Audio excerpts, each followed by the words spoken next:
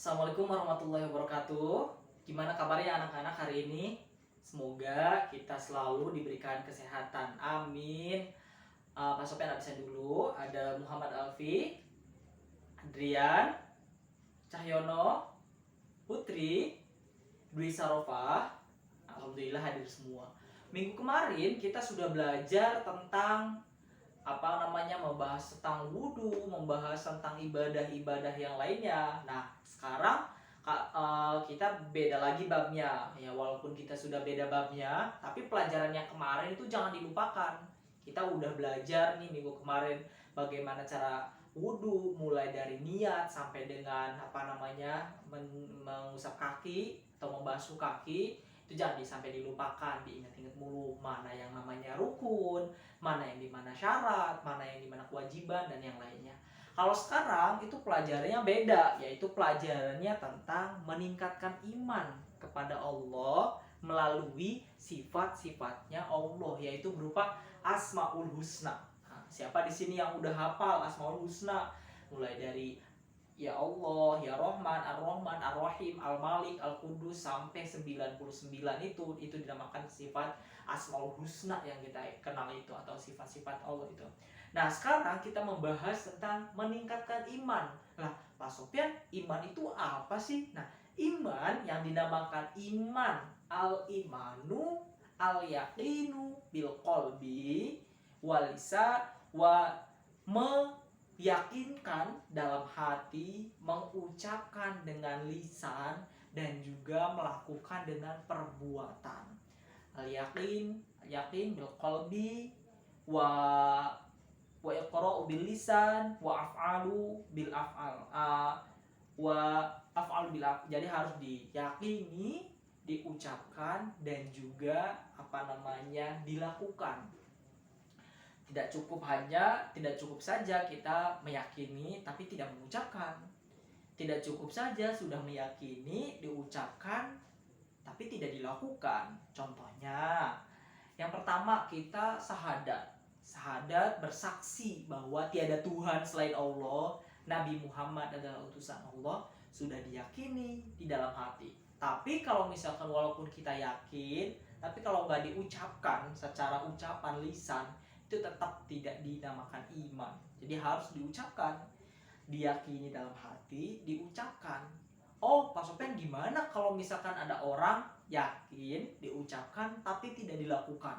Semisal ada orang, dia yakin bahwa tiada Tuhan selain Allah, Nabi Muhammad utusan Allah, dia juga mengucapkan asyhadu alla ilaha illallah wa asyhadu anna muhammadar rasulullah, tapi dia tidak pernah melakukan misalkan sholat atau zakat, puasa, tidak pernah melakukan sama sekali. Nah, itu bukan dinamakan iman. Nah, bukan iman lagi. Meyakini, nggak yakin, ucap tapi nggak pernah berbuat apa-apa secara layaknya seorang muslim, itu tidak dinamakan iman. Jadi iman itu yang pertama harus diyakini, diucapkan, dan juga harus dilakukan dalam perbuatan. Nah, itu iman.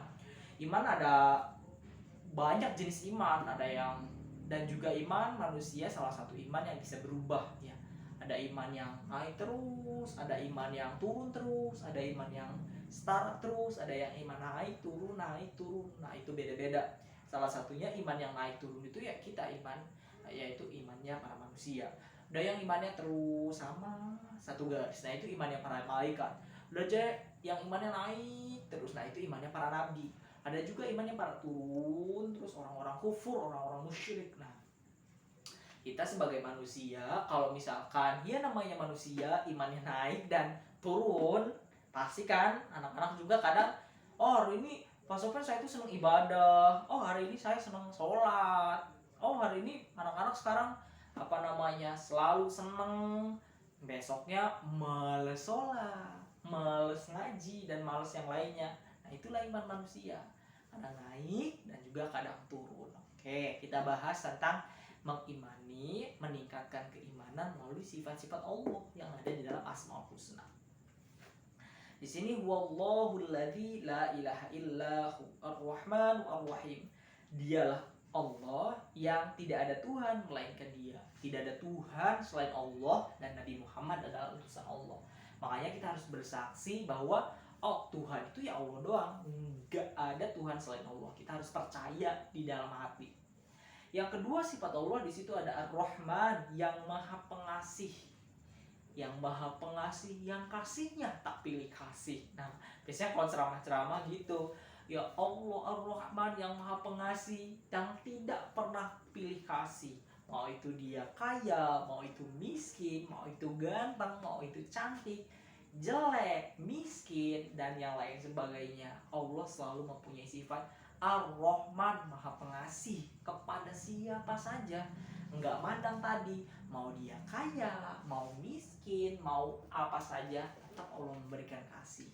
Memberikan kasihnya baik itu melalui rezeki, kesehatan, dan yang lainnya. Banyak sekali. Yang kedua ada juga Ar-Rahim, yang maha penyayang, yang sayangnya tak terbilang. Biasanya kayak gitu kan. Yang tadi kan Allah maha pengasih, yang kasihnya tidak pilih kasih, yang maha penyayang, yang sayangnya tidak pernah terbilang. Coba aja kalau kita tidak disayang Allah, gimana nasib kita? Apa yang mau kita lakukan? Allah itu selalu penyayang, baik itu ke yang kecil, yang besar, dewasa, tua, remaja, enggak pilih kasih, enggak selalu sayangnya, enggak terbilang. Napas aja tiap hari kita bisa napas. Ada yang selanjutnya Al-Malik, Maha Raja. Ada Al-Qudus, yang Maha Suci. Nah, itu sifat-sifat Asmaul Husna tadi, mulai dari Ar-Rahman, Ar-Rahim sampai ke 99. Kalau Pak Sofian jelasin semuanya, nanti Pak Sofian besok-besok jelasin. Karena waktunya terbatas, nggak bisa Pak Sofian jelasin sampai, karena jamnya juga mau habis, jadi mungkin 2 aja. Banyak sekali. Nanti minggu depan kita belajar lagi sifat Al-Muqaddim, ada Al-Latif, ada Al-Khabir, yang maha mengetahui.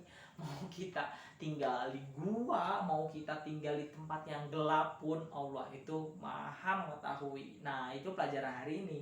Cuma sedikit aja karena jamnya terbatas. Kurang lebih mohon maaf. Wassalamualaikum warahmatullahi wabarakatuh.